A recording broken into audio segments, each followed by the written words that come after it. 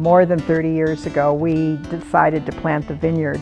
It was Robin's idea. I wasn't in the picture at the time. When we were married, it was just a vineyard, just a very beautiful vineyard that happened to be on very beautiful land with very beautiful soil in a perfect location.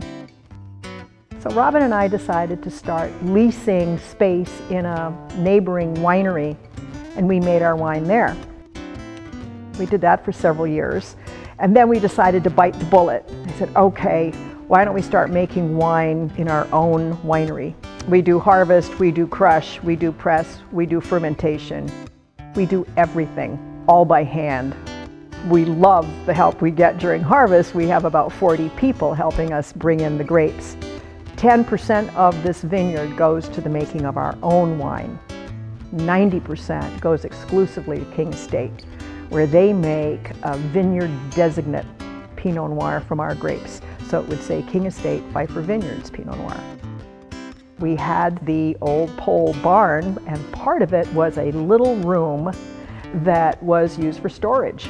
And we created quite a magical tasting room that now resembles some kind of a Tuscan cave. And then we needed a place for people to be outside.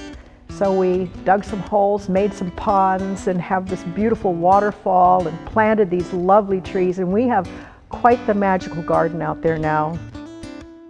And now we've got the Fireplace Pavilion, a grand room where we can enjoy indoors, outdoors, the fireplace in the wintertime. We can have the shade in the summertime, and we can still use it as our crush pad.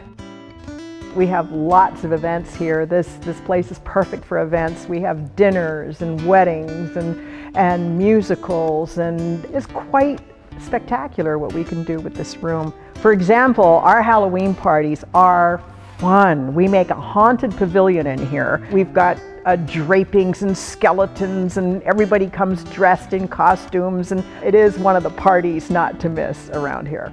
One of the things I really like to do with people who like Pinot Noir is bring them out into the barrel room and give them a taste of the Pinot Noir that hasn't been bottled yet.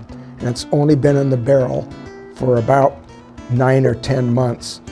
After we leave the barrel room, I like to take people into my Pinot Noir room and tell them how to look at the color of wine, looking through the glass at a candlelight, how to nose the wine, and then especially how to extract the true subtleties of Pinot Noir. And when people come out of that Pinot Noir class, they often tell me, I've been tasting wine for 30 or 40 years, and I learned more in here in the last half an hour than I learned in all those 30 or 40 years. And that gives me a great deal of pleasure.